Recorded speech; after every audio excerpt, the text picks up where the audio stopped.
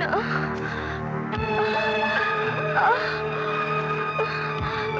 না। না। সঞ্জয়। একটা খুব খারাপ খবর আছে রেখা।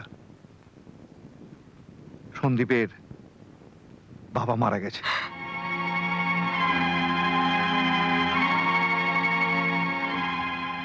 কালই আমি গ্রামে যাচ্ছি। দরদ একেবারে উতলে উঠছে। যেতে আমাকে হবেই। কাকাবাবু, কাকাবাবু, তুমি যাও, ওকে ফিরিয়ে আনো। তুমি বললে ও কিছুতেই তোমায় ফিরিয়ে দেবে না। দেখো, ওকে যে ফিরিয়ে আনতেই হবে মা, ওকে ফিরিয়ে আনতেই হবে।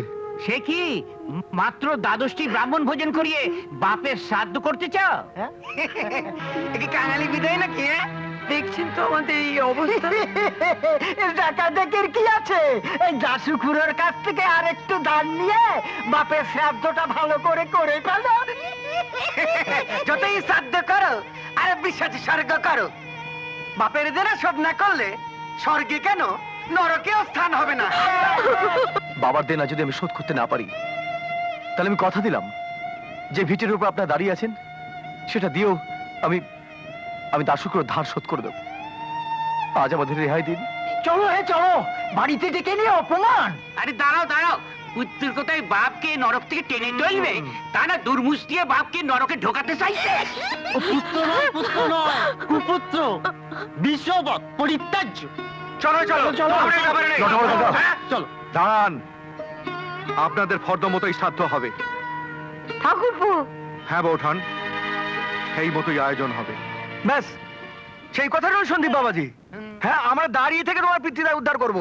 হ্যাঁ, দেখি এবার কোন শালা কি বলে। চলো চলো চলো। এত ভেঙে পড়ছো কেন সন্দীপ? আমি তো আছি। কি দিয়ে যে আপনার ঋণ শোধ করবো কাকা বাবু? সত্যি ঋণ শোধ করতে চাও? তাহলে এখানে পড়ে থেকে জীবনটা নষ্ট না করে কলকাতায় গিয়ে এমএসসি তে ভর্তি হও। না কাকা বাবু, তার হয় না। এখানে আমার মা বোন অভাবে দুঃখে কষ্টে দিন কাটাবে, আর আমি স্বার্থপরের মতো কলকাতায় গিয়ে। স্বার্থপর? আর তুমি যে রেখাকে এতখানি আঘাত দিয়ে চলে এসেছো, সেটা স্বার্থপরের মতো কাজ হলো না?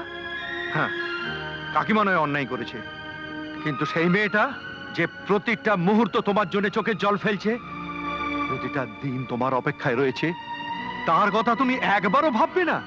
ও নিশ্চয়ই যাবে ঠাকুরপো, ও নিশ্চয়ই যাবে। তোর বাবা মারা যাবার সময় বলে গেছিলেন, ঠাকুরপো যা বলবে মেনে চলবি। তুই কলকাতায় ফিরে যা, আমাদের দিন যেমন করে হোক কেটে যাবে, আমাদের দিন যেমন করে হোক চলে যাবে বাবা।